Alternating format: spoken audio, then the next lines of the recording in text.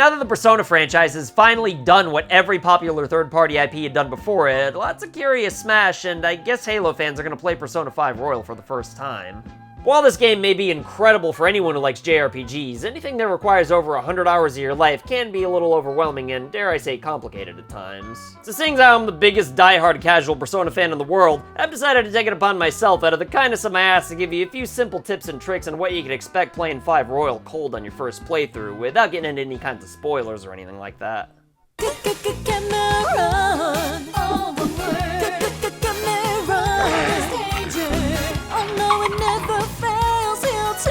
Cruise and find the west and wise and who Cameron, all one word. Cameron.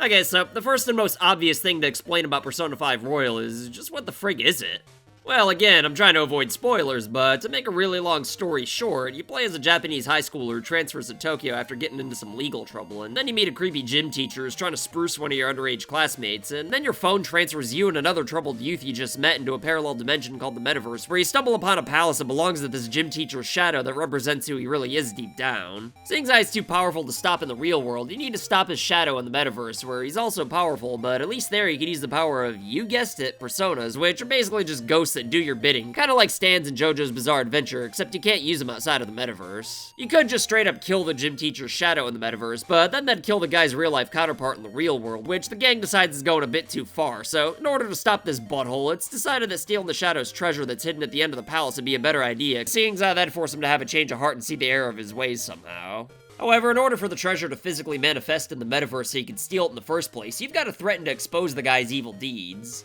In the Metaverse, right? No, in real life!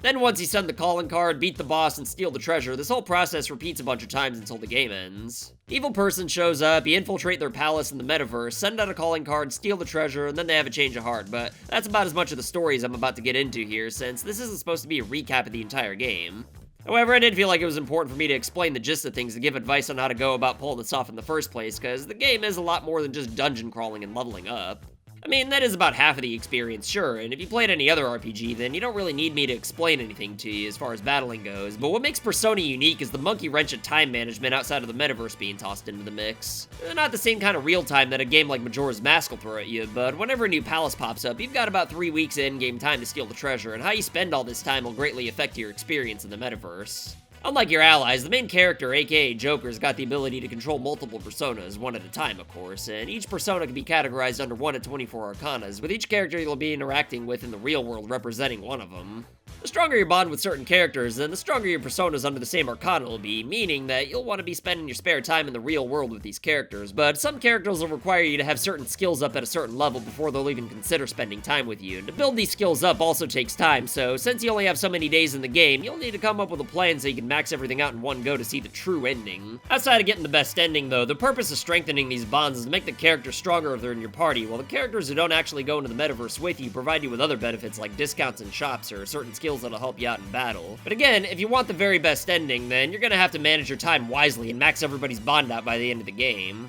Look, I'm not gonna tell you exactly what to do step by step since there's already tons of videos out there that do that, and also, cause if you want to enjoy this game to the fullest, then I'd strongly recommend that you try to come up with your own game plan, and not just have everybody else guide you. All I'm trying to do here is give you an idea of what exactly it is the game wants you to do, and help you come up with a plan all by yourself, cause by the time you fully get the hang of things, you might not have enough days remaining to get the very best ending, meaning that you'll have to play the game all over again. I mean, it's a fun game to replay, sure, but I failed to use my time wisely enough on my first playthrough, and I didn't give it another try because I'd already played Persona 4 Golden first, and I kinda figured that there would eventually be a Persona 5 Royal coming out. Once the game finally did come out though, I was able to get everything done in one playthrough without much trouble, without looking at any kinds of guides or walkthroughs or anything like that. And trust me, that's not a brag or anything, since the game does give you plenty of wiggle room to waste a few days here and there, but even though it's not that hard, you do still need to know what's going on. So the first and most important tip I'd give you would be to grind for as long as possible whenever you are in the Metaverse for experience and money that you'll need in the real world. You see, each day allows you to do one activity in the day and one at night, but spending time in the Metaverse eases your entire day up since you'll be too tired to do anything at night outside of your immediate area until later on in the game.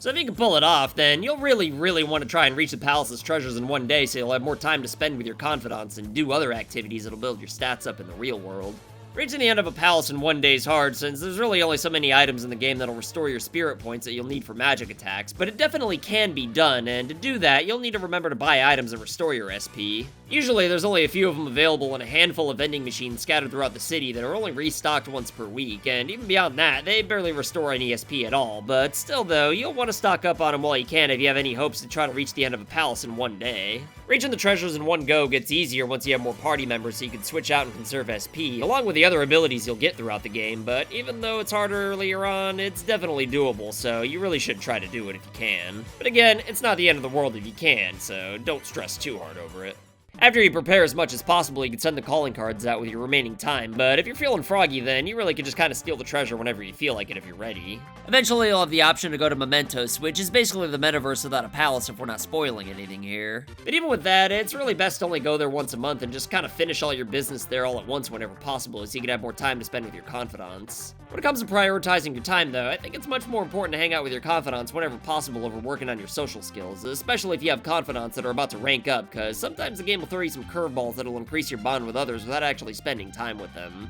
Again though, working on your social skills is still important because, for example, in order for the Shogi player Hifumi to even consider hanging out with you after rank about 7, I think, you'll need to have your knowledge maxed out all the way, so these skills are definitely important, but each confidant is only available during certain days and certain nights, whereas you can just kind of work on your social skills whenever you want. So even if you're prioritizing hanging out with your confidants over working on your skills, you're still bound to have plenty of days where no one's available, giving you plenty of time to hone your skills. Plus, the game gives you plenty of bonus chances to work on them as well. Not only that, but you can get even more out of your time than normal if you do things like study in a cafe while it's raining, but I'm not about to tell you every instance where this happens, since the game does tell you itself. You really should pay attention and consider these bonuses though, and also don't forget to do the crosswords in Cafe LeBlanc whenever you get the chance to, since it doesn't take any time and just gives you free knowledge. Oh, and also don't forget to buy books, movies, and games from stores so you have more to do when you're stuck at home. And also, before you spend time with any confidant, it's crucial to make sure you have a persona in your possession that falls under the same arcana as them so you can level their confidant ranking up faster. As far as what you should say when you're actually hanging out with your confidants though, I'd really urge you not to look up any answers online, since it's a lot more fun to play the game naturally, but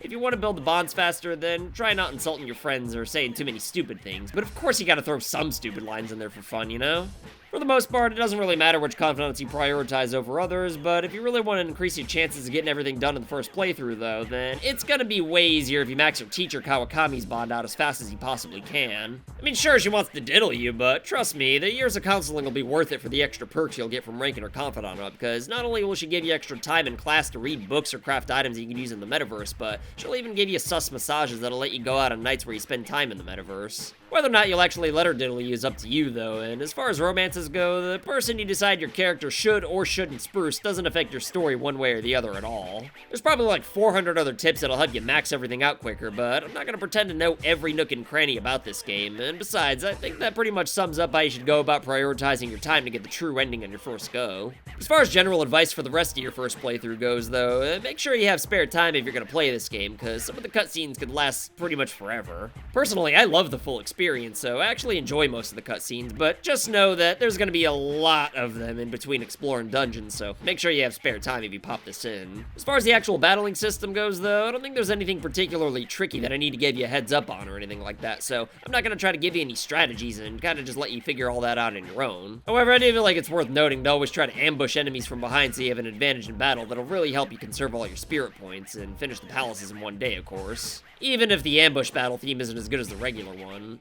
Oh, and again, no spoilers, but outside of making sure you max everybody's confidant rankings up to 10 by the end of the game, make sure you don't be a turd to any of your friends when given the choice. Except for cheating, of course, though. You could literally cheat on every character in the game, and that's fine. You'll still get the good ending. And anyway, that's all for today, but if you got a kick out of my incoherent, rambling, and disturbing imagery, though, then you should check out this video I made where I rank every Persona 5 Royal character from good to evil, but if you'll excuse me, though, I gotta go walk my snake. Later!